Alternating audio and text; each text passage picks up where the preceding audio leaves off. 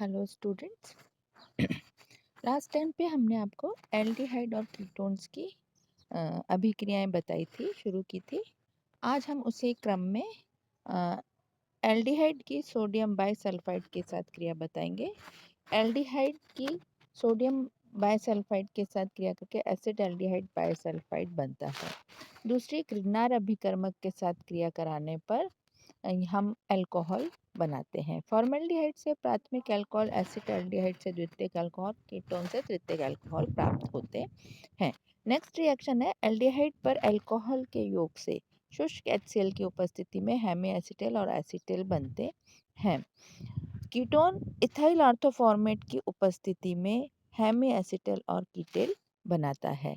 इसी प्रकार हेमी एसिटेल और कीटेल रक्षक समूह के रूप में इसका उपयोग किस तरह से होता है। एल्डिहाइड और कीटोन की अभिक्रिया ग्लाइकॉल के साथ कराने पर चक्रीय एसिटल, ये चक्रीय एसिटल यहाँ पे रिंग है, एसिटल बनते हैं और चक्रीय कीटेल बनते हैं।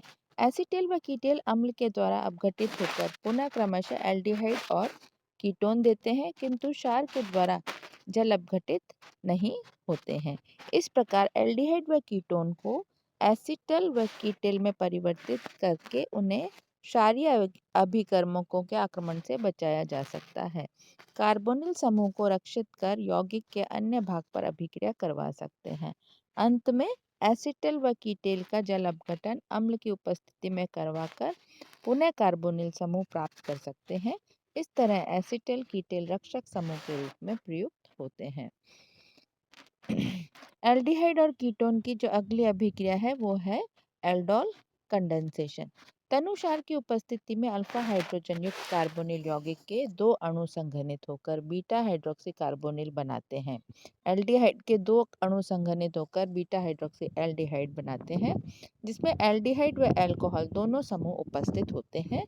अतः इन्हें एल्डोल कहते हैं और इस अभिक्रिया को एल्डोल कंडेंसेशन कहते हैं। एल्डोल कंडेंसेशन के लिए कम से कम एक कार्बोनिल कंपाउंड में एक अल्फा हाइड्रोजन की उपस्थिति आवश्यक है। एसिटाल्डिहाइड के दो अणु तनु NOH की उपस्थिति में संघनित होकर 3 हाइड्रोक्सी ब्यूटेनॉल देते हैं। यह एसिटाल्डिहाइड के दो अणु 3 हाइड्रोक्सी ब्यूटेनॉल देते हैं।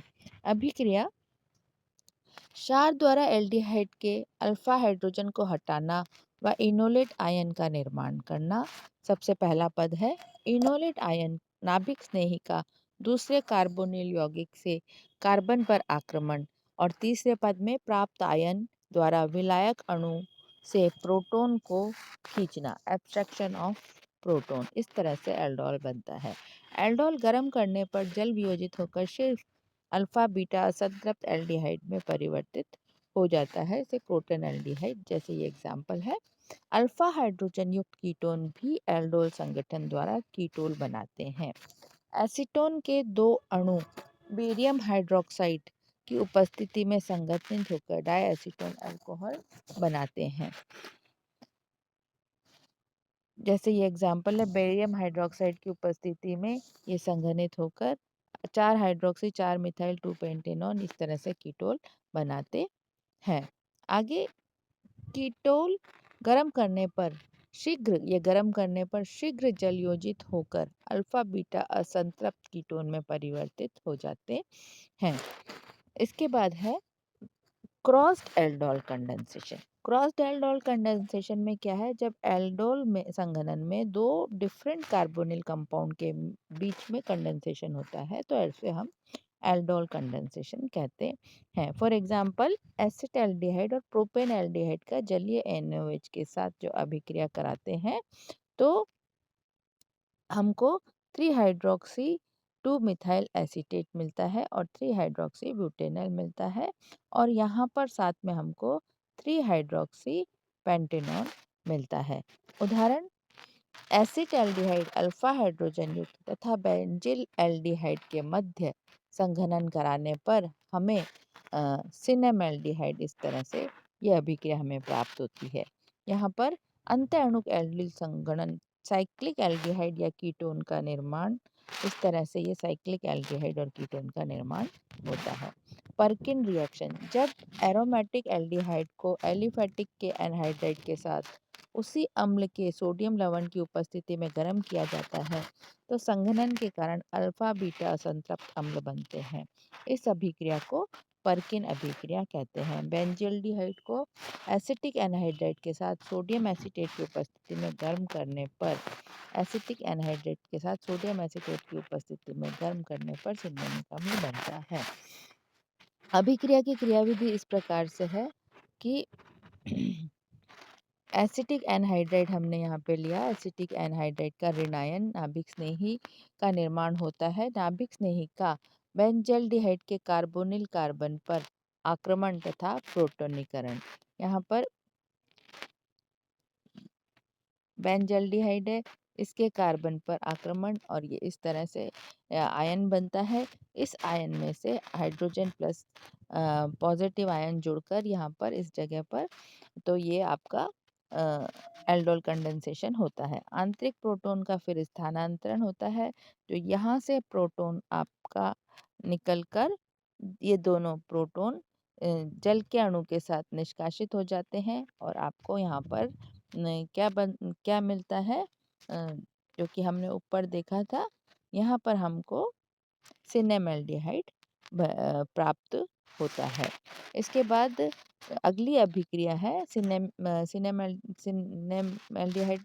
ये एल्डोल कंडेंसेशन होता है जिसके जल अपघटन से हमको सिनेमिक एसिड और एसिटिक एसिड मिलता है। अगली अभिक्रिया है नोवेंजॉल अभिक्रिया। नोवेंजॉल अभिक्रिया में सक्रिय मैथिनिल समूह युक्त यौगिक एल्डिहाइड के साथ क्षार की उपस्थिति में अल्फा बीटा असंतृप्त अम्ल बनाते हैं। इसे नोवेंजॉल अभिक्रिया कहते हैं। मेलोनिक एस्टर और एसिटैल्डिहाइड संघनित होकर क्रोटोनिक अम्ल बनाते हैं। ये दोनों संघनित होकर क्रोटोनिक अम्ल बनाते हैं। क्षार उत्प्रेरक के रूप में पिरिडिन या पिपेरिडिन प्रयुक्त की जाती है। कार्बन आयन का निर्माण। यहाँ पे इस अभिक्रिया में हम देखते हैं कि ये कार्बन आयन बना। कार्बन आयन का एल्डिहाइड पर आक्रमण और प्रोटोनीकरण होता है और जल के अणु का बाहर निकलना। यहाँ पे कार्बनल पर इसका प्रोटोनीकरण होता है। यहाँ पे नेगेटिव आयन बनकर ये प्रोटॉन जुड़ना प्रोटोनीकरण होता है। उसके बाद जल के अणु का बाहर निकलना। यहाँ से ये जल का अणु बाहर निकलकर डबल बॉन्ड बनाता है, ये नोवेंजॉल। इसके बाद जल अपघटन से डीकार्बोक्सिलेशन। यहाँ पर कार्बन डाइऑक्साइड निकल जाएगी। ये जो कार्बन डाइऑक्साइड है यहाँ से दोनों निकलकर हमको यहाँ से इस जगह से कार्बन डाइऑक्साइड निकलकर प्रोटोनिक अम्ल का निर्माण कराती है। तो ये हुई हमारी नोवेंजॉल रिएक्शन। इसके बाद अगली अभिक्रिया है हमारी बेंजाइन कंडेंसेशन। बेंजाइन कंडेंसेशन में एरोमेटिक एल्डिहाइड के अभिक्रिया पोटेशियम साइनाइड के अल्कोहली विलयन के साथ करने पर अल्फा हाइड्रोक्सी कीटोन हमको प्राप्त होता है। बेंजल्डिहाइड के अणुओं का अल्कोहलिक केशियन की उपस्थिति में संघनन से बेंजाइन बनता है। इसका रिएक्शन मैकेनिज्म क्या है कि कार्बन आयन का निर्माण इस तरह से होता है कि बेंजल्डिहाइड पर पोटेशियम साइनाइड की उपस्थिति में हम क्रिया करा रहे हैं तो वो कार्बन आयन बनाता है। अब ये कार्बन आयन बेंजल्डिहाइड पर जुड़कर आयन बनाता है। यहाँ पर प्रोटॉन स्थानांतरण के बाद साइनाइड आयन का निष्कासन हो जाता है और हमको बेंजाइन इस तरह से यहाँ पे आपने देखा कि प्रोटॉन का स्थानांतरण हुआ और साइनाइड आयन का निष्कासन हुआ तो ये हमको कंपाउंड मिलता है बेंजॉइन।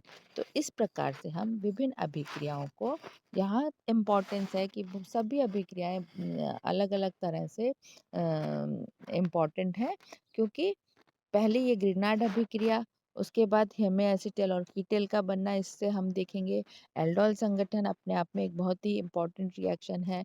उस एल्डोल संघनन हमने तरह तरह से देखा। उसके बाद परकिन अभिक्रिया नेम रिएक्शन के रूप में पूछी जाती है। नोवेंजॉल अभिक्रिया, ये सब अभिक्रियाएं नाम नाम से पूछी जाती है। बेंजाइन कंडेंसेशन, ये एल्डिहाइड और कीटोन की बहुत ही उपयोगी अभिक्रियाएं हैं। आज हम इतना करेंगे, बाकी है नेक्स्ट टाइम पे आपको और प्रॉपर्टीज बताई जाएंगी।